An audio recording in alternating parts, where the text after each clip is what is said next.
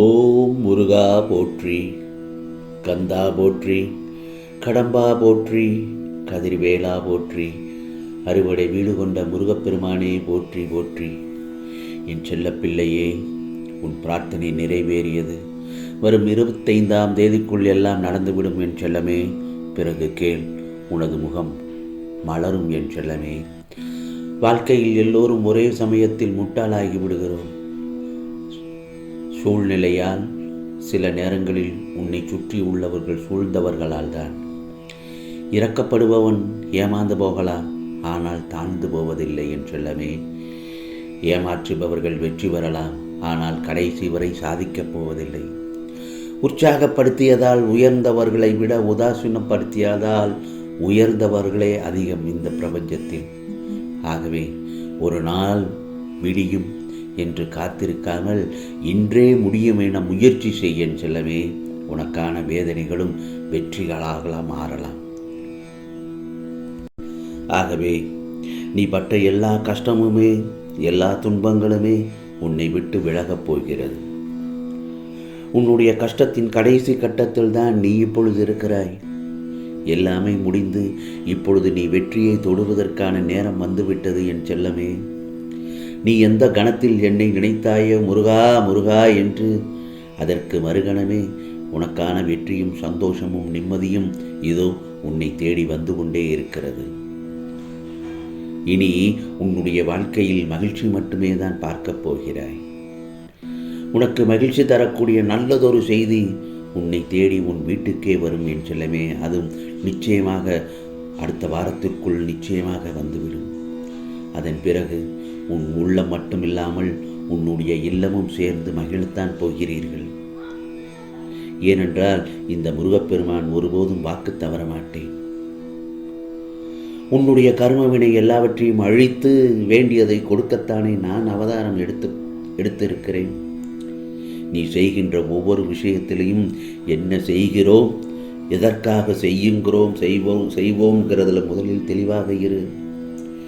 ஏதாவது ஒரு விஷயத்தில் தவறு நேர்ந்ததென்றால் அது எதனால் நடந்தது, இனி அதை நடக்காமல் இருக்க வேண்டுமென்றால் என்ன செய்ய வேண்டும் என்பதை முதலில் யோசி.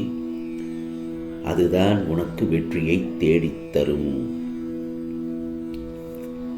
அதேபோல் வாழ்க்கையில் என்றும் கடந்து வந்த பாதைகளை சற்று நீ நினைவில் கொள். நீ எவ்வளவு மாறி உள்ளாய் என்பதை உணர்வாய். உனக்கு மட்டும்தான் எப்போதும் கஷ்டங்கள் இருப்பதை போன்று உணராதே. யாரும் இல்லை என்ற எண்ணத்தை உனக்குள் ஏற்படுத்தி கொள்ளவும் செய்ய வேண்டாம். மற்றவர்களுக்கு நல்லது நினைத்தால் அதை தப்பாய் புரிந்து கொள்கிறார்களே என்று நீ புலம்ப வேண்டாம்.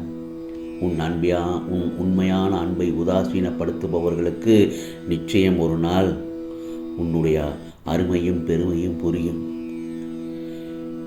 நான் ஒன்று சொல்லட்டுமா? எது நடந்தாலும் ஒன்றை நினைவில் கொள்.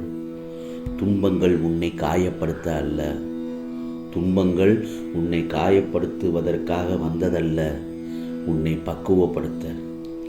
இன்பங்கள் உனக்குள் நம்பிக்கை ஏற்றி வாழ்வில் நிம்மதியான அமைதியான வெற்றிகளை பெற வழிவகுக்கும். அமைதியான வாழ்க்கையை வாழ்வதற்கு ஒரு வழிவகுக்கும். கவலை விடுத்து காரியத்தில் கண்ணாக இரு. எல்லாமே உன் கையில் தான் இருக்கிறது. அடுத்தவர்கள் நன்றாக இருக்கிறார்கள், நானும் நல்லாத்தான் இருக்கிறேன் என்பதை முதலில் நம்பு. நல்லதை எத்தனை முறை வேண்டுமானாலும் திரும்ப திரும்ப நினைத்து மகிழ்ச்சி கொள். ஆனால் கெட்டதை நினைத்து கூட பார்க்காதே. உன் வாழ்வில் நடக்கவிருக்கும் தீமைகளை தவிர்த்து உன் எண்ண அலைகளால் நிச்சயமாக அதை தவிர்த்து கொள்ள முடியும். நம்பிக்கையோடு நேர்மறையான எண்ணங்களை எண்ண ஆரம்பித்து கொண்டே இரு. மாற்றமே வராமல் போவதும் இல்லை. எல்லாவற்றையும் எண்ணங்களால் மாற்றி அமைத்துக் கொள்ள முடியும் என்பதே உண்மை. ஆகவே உன் வாழ்க்கையில் நீ முன்னேறி வெற்றி பெற்று சீரும் சிறப்புமாக நல்ல பெயருடன் நிம்மதியான மகிழ்ச்சியான வாழ்க்கையை வாழப்போகிறாய். அதே நேரத்தில் ஒரு முடிவு எடுப்பதற்கு முன்னாடி பலமுறை யோசித்து முடிவு எடு. அந்த நேரத்தில் கஷ்டங்கள் வரத்தான் செய்யும். அந்த மாதிரியான சமயத்தில் சரியான முடிவு எடுக்க வேண்டியது நீதானே. மனசுக்கு நல்லது கெட்டது எல்லாம் தெரியும். அந்த மனசு நல்லதையும் உணர முடியும். ஆனால் அதை நாம் எப்படி வெளிப்படுத்துகிறோங்கிறது தான் ரொம்ப முக்கியம். ஆகவே வந்த சிரமங்கள், வந்த கஷ்டங்கள் எப்படி போகும்னா, பிரதிபலனை எதிர்பார்க்காம செய்கிற கடமை, கடவுளை நெருங்கிறதற்கான வழி, பொறுமையும் நம்பிக்கையும் இருந்ததென்றால் வாழ்க்கையில் எல்லா இன்பங்களும் நம்மளை தானாக தேடி வரும். சிரமத்தை பார்த்து பயந்து ஓடவே அந்த இறைவன் மேலே பாரத்தை போடு. வரும் சிரமங்கள் எல்லாம் வந்த வேகத்திலேயே திரும்பி போய்விடும். அதே நேரத்தில் எப்போது எனது துயரங்கள் தீரப்போகிறது, இன்னும் எத்தனை காலம்தான் காத்திருக்க வேண்டும் என்று உன் மனம் வாழுகிறது இல்லையா?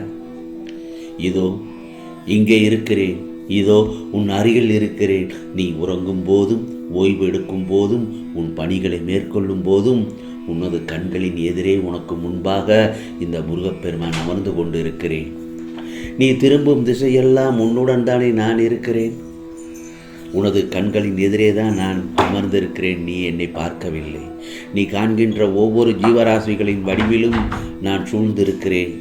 ஏன், உன்னுள் இருக்கிறேன். நிழலாக தொடர்ந்து கொண்டுதான் இருக்கிறேன். என்னுடைய குரல் உன் செவிகளின் கேட்கப் போகிறது. ஆம் எனது அன்பு செல்லமே, எனது அற்புதமான குரல் உனது செவிகளில் கேட்கப் போகிறது. அப்போது நான் உன்னுடன் இருப்பதை உணர்ந்து கொள்வாய். எனது குரல் மீண்டும் கேட்கும் தருணத்தில் என்னை முழுவதுமாக உணர்ந்து கொள்வாய். இது முருகப்பெருமானின் அருள் வாக்கு. நான் இருக்கும்போது எதற்காக பயந்து ஓடி ஒளிகிறாய்? எனது பார்வைக்கு மிஞ்சிய சக்தி எதுவும் இல்லை. நான் உனது நிழலாக இருக்கும்போது எதற்கும் கலங்காதே. உனது வாழ்க்கையில் எது நடந்ததோ அவை அத்தனையும் நடந்து முடிந்து விட்டது. இனி எதுவும் உன்னை துன்புறுத்தப் போவதில்லை. வாழ்க்கையில் மிக வேகமாக வளர்ந்து வாழப்போகிறாய் என் செல்லமே. கலங்காதே. அனைவரும் வியக்கும் வண்ணம் உயரப் போகிறாய். ஆகவே தேவையில்லாமல் மனதில் கற்பனைகள் எல்லாம் வளர்த்து கொள்ளாதே. என்னை மீறி எதுவும் நடைபெறாது. ஆம், எனது குரல் உனது செவிகளில் கேட்கப் போகிறது. உனக்கு வேண்டியதையெல்லாம் வழங்கிய உனக்கு செம்மைப்படுத்தப் போகிறேன், பெருமைப்படுத்தப் போகிறேன். காத்திரு. நான் இருக்கிறேன் உனக்கு நிழலாக. நீ செல்லும் இடமெல்லாம் நீ ராஜயோகத்தில் வாழப்போகிறாய் என் செல்லவே. கவலைப்படாமல் இரு. உன் முருகப்பெருமான் உன்னை நிச்சயமாக கைவிட மாட்டேன். உன்னை இழந்தவர்களும், கைவிட்டவர்களும், கடன் கொடுத்து சுரண்டியவர்களும் நினைத்து புலம்ப வேண்டாம். நான் அவர்களை பார்த்து கொள்கிறேன். நீ மனதில் தைரியமாகவும் நம்பிக்கையுடனும் நீ உன்னுடைய இலக்கை நோக்கி சென்று கொண்டே இரு. நிச்சயமாக உனக்கானது எல்லாம் நல்லது நடக்கும். இது முருகப்பெருமானின் அருள் வாக்கு. ஓம் சரவண பவ, ஓம் சரவண பவ, ஓம் சரவண பவ.